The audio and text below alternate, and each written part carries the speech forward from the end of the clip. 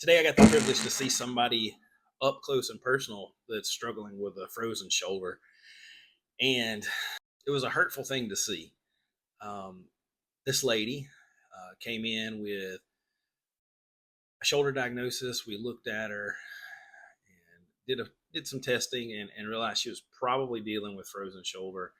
And what happens a million times happened today. Questions: why, how, what do we do, and things like that. And so we talked to her, explained to her what frozen shoulder was, the kind of the mechanisms of the capsule tightening around the shoulder joint itself. Talked about the freezing, frozen, thawing, and just spent time answering questions, reassuring, and letting her know that she's not alone, that she doesn't have to do this without help, that yes, there are things that can help you feel better and move better and get better, but also, it could last a long time. And that's not something easy to talk about. That's not what you want to hear when you're hurting. But one of the things that I've learned in my education is when people come in and they're hurting and they don't know why, they're suffering.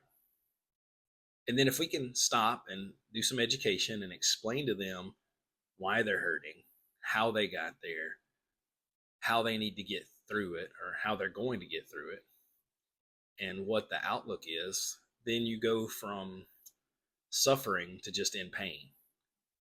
And hopefully that's what happened today. I feel like it did. And hopefully in the next weeks, we can help this lady feel better. One of the things I kept saying over and over again is it just takes gentle, consistent stretching and gentle, consistent moving and putting one foot in front of the other day after day.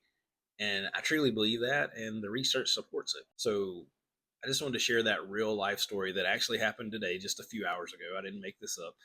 And just to see the eyes of that lady go from just being upset and not understanding to at least knowing what's going on and having some answers. And it wasn't a high five moment. It wasn't a huge victory. It was just really like I said, a tiny step forward.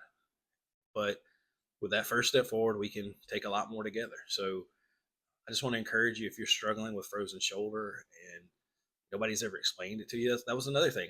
I said, do you even know what frozen shoulder is? And she said, no, I keep hearing these words, but no one's told me what it is. So we said,